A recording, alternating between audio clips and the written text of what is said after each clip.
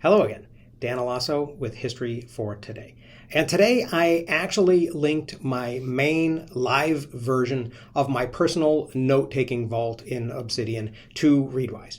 It worked well, and I got 362 new entries based on highlights and notes that I have made in Kindle and Hypothesis, and on the occasional podcast that I've responded to using Air. I think this is going to be extremely useful to me as I continue studying and reading in several different projects simultaneously. I've been feeling lately like there's a bit of a bottleneck in my ability to incorporate all of these inputs from sources like audiobooks and podcasts and reading both Kindle books and web pages and PDFs that I annotate using Hypothesis. And so this is going to help me with that quite a bit. I played around with this a couple of days ago in a little sandbox version of the vault that I made. And after a viewer, Kevin Rothermel, asked if Readwise would reinsert a note that I had deleted, which I hadn't thought about, I discovered that you can turn this feature on and off in the setup when you initially link the apps.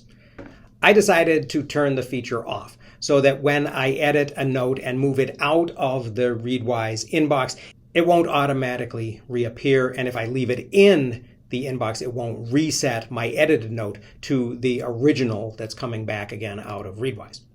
The note does remain in Readwise, however, so I don't have to go over there and delete it in order to stop seeing it in my inbox, which is great. And that means that I can continue seeing highlights from that file in my daily spaced repetition feed. Which means that in order to use the Readwise notes in Obsidian, I don't have to give up that daily review that I've been completing for nearly 200 days. I would have missed that if I had to stop in order to get those notes into Obsidian. So I think my workflow will be pretty much as I had imagined it. I'll work through the notes that Readwise has added to my vault, processing the information in a way that maybe a combination of paraphrasing and commenting and actually leaving most of the highlighted quotes in place as a sort of primary source of the texts that I've highlighted. I don't feel like I'm breaking my rule about preferring paraphrasing ideas in my own words to just block quoting big chunks of texts, because although there will be a lot more of authors' words in the vault ultimately, the tags and the links will all be to my comments and not to the quoted words. Maybe I'll call these Readwise notes highlight files rather than reading notes. Now, before this became available, I had already made several reading notes on books that Readwise has just imported highlight files for. I don't think this is a problem, since I think I will probably continue making reading notes with paraphrases and tags and links for many of the important books that I've been reading.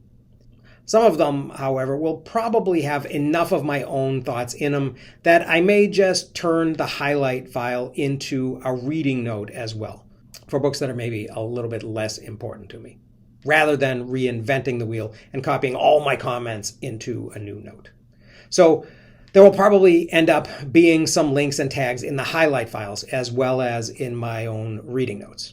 I don't think this is a problem, since I'm more interested in linking my thinking than I am in maintaining some type of purity test that I use to distinguish the different file types. And as I was thinking about all this, it occurred to me that I will also be able to use hashtags and double bracketed keywords in my comments when I'm annotating in Hypothesis and Kindle, since now I'll know that the comment will quickly find its way into my vault. I might even create a few specific tags that call my attention to new important stuff that I want to prioritize processing when it does get into Obsidian. So I will say more about how that's working as I continue doing it. But I hope people found this a little bit interesting. Thanks very much for watching, and I will see you again